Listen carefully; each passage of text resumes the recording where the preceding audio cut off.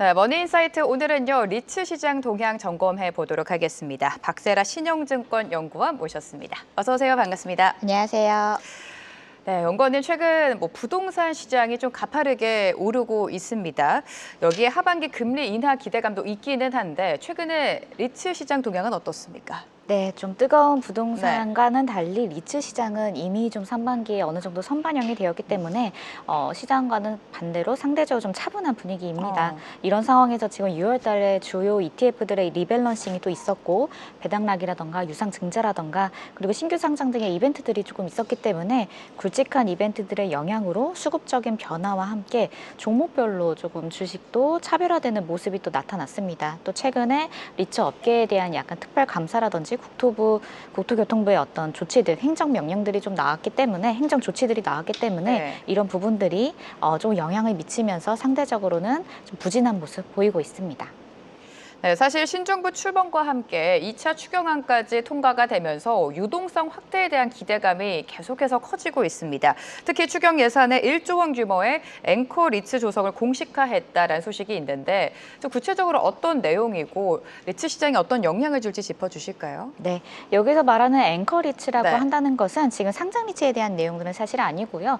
우리가 예전부터 PF 정상화 방안들과 관련해서 여러 가지 방안들 중에 하나라고 좀 보시면 될 것 같은데 이제 브릿지론, 즉 아직 토지 구입 단계에 있고 본 PF로 넘어가지 못한 여러 가지 정상 사업성은 우수하나 지금의 중간에 그런 조달 난항으로 인해서 중단된 사업장들이 몇 개 있습니다. 이제 이런 사업장들에 국토교통부가 3천억 원을 이제 재정으로서 투자를 하고 네. 여기에 이제 다른 기관 자금들 그리고 회사채 등을 발행해서 총 1조 원 규모의 앵커 리츠를 설립한 다음에 이런 중간에 좀 무너졌던 사업장들 제대로 돌아갈 수 있을 만한 그런 사업장들을 선별해서 해당 사업장에 브리지론에 투자하는 그런 앵커 리츠라고 할 수 있을 것 같습니다. 이런 부분들이 이제 도입이 되게 되면은 난항을 겪었던 자금 조달 문제가 해소가 되면서 개발 사업이 다시 추진을 얻으면서 개발과 분야 이런 사업장들이 정상화될 수 있다. 이런 현장에서 보았을 때는 건설업계에서 지금 중단되었던 현장들이 다시 제대로 굴러가는 그런 역할들을 하는 입장에서 마중물 역할을 할 수 있다라고 보시면 될 것 같습니다. 네, 사실 리츠 시장 분위기가 그렇게 좋지만은 못합니다. 최근에 주식 시장이 워낙에 하락이면서 수익률이 좋은데 오히려 리츠 시장의 부담 요인으로 작용하는 겁니까? 이 부분에 대해서는 네. 리츠를 아마 투자하시는 분들은 아실 수도 있고 모르시는 분들한테는 낯설 수도 있겠습니다만 리츠 자체가 갖고 있는 어떤 본질적인 특성이 있기 때문에 네. 이런 시장의 화랑 흐름에서는 조금 비껴나 있다라고 생각하시면 될 것 같은데요. 그 가장 큰 원인은 바로 리츠가 대체 자산의 성격을 띈다라는 네. 점입니다. 우리는 일반 기업과 달리 부동산을 투자하는 감적 투자 상품이기 때문에 시장이 너무 화랑일 때는 사실 그 부분에서 약간 비껴나 있는 상황이고 오히려 만약에 반대로 시장이 완전히 급락하는 정말 안 좋은 상황이었다라고 한다면은 상대적으로 견조한 주가 흐름을 보일 수 있을 것 같습니다. 이것이 바로 대체 투자가 갖고 있는 매력이라고 할 수 있을 것 같은데요. 중위험, 중수익 구조를 가지고 있기 때문에 포트폴리오를 배분하는 입장에서 자산 배분 전략의 입장에서 좀 접근을 하시는 게 유효하다라고 보고 있습니다. 네, 사실 6월이 리츠 ETF 리밸런싱 기간이기도 합니다. 아무래도 리츠 시장의 변동성을 키우는 부담 요인으로 작용하지 않을까라는 생각이 드는데 이 부분은 어떻습니까? 네, 실제로 네. 리츠 같은 경우에서는 주요 ETF들을 많이 추종을 하고 있는 상황이고 기관의 그 액티브한 주식 전략이 유효하지 않고 이런 액티브들 패시브 자금들이 주로 많이 투자를 하는 상품이기 때문에 이 리밸런싱의 영향을 상당히 많이 받을 수밖에 없습니다. 실제 6월 달에 종목별로 이런 수급 변화 때문에 수익률 차이가 좀 많이 나타났던 부분들이 있었던 것 같은데요. 또 6월은 이런 주요 ETF들이 분배금을 지급을 하고 이어서 네. 주요 종목들을 포트폴리오를 정리하는 그런 구간이기도 합니다. 특히나 올해 6월에서는 연초에 처음으로 재간첩 리츠 투자가 허용이 된 다음에 이루어진 리밸런싱이었기 때문에 우리가 그동안 투자하지 못했던 ETF가 재간첩 리츠들에 대해서 새롭게 포트에 편입을 시키면서 기존에 있던 리츠들은 좀 매도를 한다거나 아니면 새로운 신규 리츠를 매입을 하면서 포트 변화가 좀 유의미하게 눈에 띄게 나타났다라고 보고 있습니다. 해당 변동 요인이 가장 크게 적용이 됐던 리츠는 이지스 밸류 플러스 리츠였던 것으로 분석이 되고 있습니다. 네, 최근 또 보니까 SK 리츠랑 ESR 캔달 스퀘어 리츠가 유상증자를 발표했다고 합니다. 이렇게 리츠 시장에서 유상증자를 단행하는 이유가 뭘까요? 이 부분에 네. 대해서는 조금 더 깊이 공부를 할 필요가 있고 네. 또 많이 인지를 하셔야 되긴 하겠지만 리츠는 구조적으로 유상증자가 필요한 그런 상황입니다. 단순히 주가 희석 혹은 뭐 조정의 원인으로 보시면 안 될 것 같고요. 리츠 자체가 잉여금을 쌓아둘 수 없는 구조적인 문제라기보다 그런 구조가 있기 때문에 새롭게 성장을 하기 위해서는 자산 편입이 필수적이고 그렇게 하기 위해서는 유상증자가 구조적으로 그리고 반복적으로 체계적으로 이루어진다라는 성격 하에서 이해를 해주셔야 될 것 같습니다. 이런 이유는 리츠는 자산 편입을 통해서 성장을 하고 또 그에 관련해서 배당금 성향을 또 늘릴 수가 있기 때문에 배당금 재원을 늘리고 또 높이려는 그 전략적인 차원에서 유상증자가 이루어진다라고 보시면 될 것 같습니다. 그런 과정에서 이번에 ESR 캔달스퀘어 리츠 역시도 신규 자산 편입을 위해서 유상증자를 했다라고 보시면 될 것 같고요. SK 리츠 역시도 기존에 있었던 채무를 상환을 함으로써 신용등급도 높이고 자산 건전성도 확보해 나가는 과정의 일환이다. 이렇게 보시면 될 것 같습니다.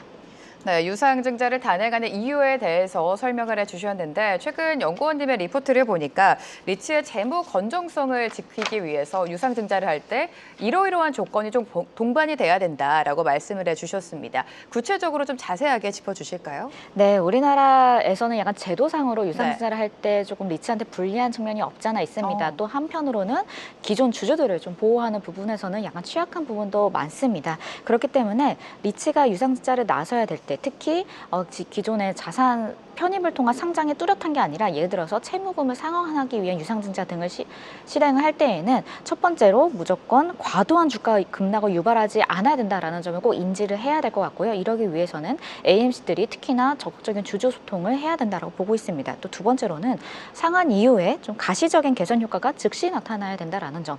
시차를 두고 이 효과가 나타나게 되면은 중간에 주가 왜곡이 더 나타날 수밖에 없습니다. 또 마지막으로 계속적으로 언급했던 것처럼 충분히 사전 예고를 해야 되고 적극적인 IR 활동을 통해서 이 뎁 리밸런싱에 대한 효과를 적극적으로 시장에 소통할 필요가 있습니다.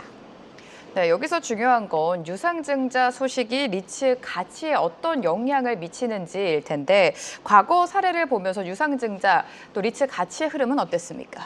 우리나라에서 상장 리츠들의 네. 유상증자는 대부분 다 좋지 않은 주가 수익률을 좀 기록을 어. 했습니다.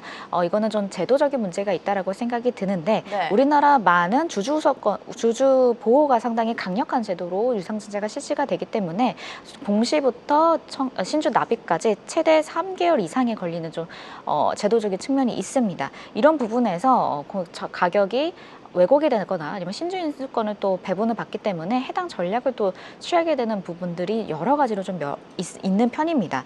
이런 부분에서는 저희는 제도적인 차원에서 좀 영향이 크다라고 좀 보고 있고요. 아무래도 우리나라에서는 유상증자 자체가 소액주주들 입장에서는 전반적으로 좀 의결권이 희석이 되는 부분에서 상당히 부정적으로 인식하는 부분이 없잖아 있기 때문에 유상증자 이꼬르 주가 하락이라는 선입견도 좀 영향을 미친 것 같습니다. 제도 자체가 저는 가격에 좀 부정적인 영향을 주고 있다라고 생각을 하고 있고요. 이런 부분들을 타개하기 위해서 리츠 협회 차원에서 또 국토교통부와의 어떤 협의를 통해서 네. 제도적으로 좀 개선해 나가려는 움직임도 포착이 되고 있습니다. 자, 그렇다면 이번에 유증 소식을 전한 SK 리츠의 전망은 어떻게 하고 계십니까? 네, SK 리츠 네. 같은 경우에서는 최근에 유상증자가 좀 독특하게도 제3자 기간 배정 유상증자를 공시를 했습니다. 공시부터 신주 납입까지 한 달이 채 소요가 되지 않는 방법이라고 보시면 될 것 같고요. 사실 해당 방법이 미국이나 일본 등 대부분의 해외 리츠에서 주로 사용하고 있는 유상증자 방식이기도 합니다. 이런 증자를 통해서 확보하는 약 485억 원의 증자 금액은 바로 전단체 상환에 쓰일 예정이고요. 이러면서 부채 비율에 대한 여력을 확보하고 또 곧 있으면 상반기 내에 자산 잔평가를 실시할 예정이기 때문에 조금 더 신용 등급이 상향될 여지가 있습니다. 전반적으로 재무 건전성을 위한 조치였고 이런 해당 부분들이 또 우리나라에서 흔하지 않은 제3자 기간 배정이라는 측면에서 네. 기간 IR을 적극적으로 좀 실시를 하고 있는 그런 기업이다라고 보시면 될 것 같습니다. 네, 리츠 시장 동향에 대해서 전반적으로 짚어주고 계신데 우리가 주식 시장을 생각할 때 시장이 좋지 않을 때 미리 선점해서 투자를 하면 상승장일 때 좀 빛을 발하는 경우가 종종 있지 않습니까? 리츠 시장도 지금 살짝 부진할 때 매수의 기회로 삼으면 되는지가 궁금하고요. 리츠 투자 전략 또 관심을 가진다면 어떤 곳에 집중을 해야 되는지도 궁금합니다. 네, 네. 리츠 같은 경우는 앞서 말씀드린 그런 대체 자산으로서의 성격이 뚜렷하다라는 점을 네. 인지하시고 상당히 긴 중장기적인 관점에서 접근하실 것을 권고드리고요. 단순히 주가 수익률이 아니라 배당 수익률까지 고려한 기간 수익률을 관점으로 접근하시는 것을 추천을 드립니다. 예를 들어서 내가 지금 이 자산을 지금 현재 들어갔다가 3개월 뒤에 매도하고 나오는 그런 식의 자산이 아니라 1년, 2년, 3년 그 이상의 기간을 두고 꾸준하게 투자를 했을 때 현재 매입 가격이 매력적인 배당 수익률을 창출해낼 수 있는 진입 가격인지 그거에 대비해서 배당금이 꾸준하게 나올 수 있는 자산인지를 꼭 확인을 하고 들어가셔야 된다라고 보고 있고요. 상대적으로 지금 시장에서 소외되는 과정이긴 합니다만 상업용 부동산 시장이 시황이 나쁘지 않고 배당금 지급에도 전혀 문제가 없는 리츠들이 상당히 많습니다. 오히려 수급적인 측면에서 매면을 받고 왜곡을 받을 때 저가에 매입할 수 있는 기회다라고 생각하시는 것이 중장기 포트 관점에서 매력적인 포인트라고 보실 수 있을 것 같습니다.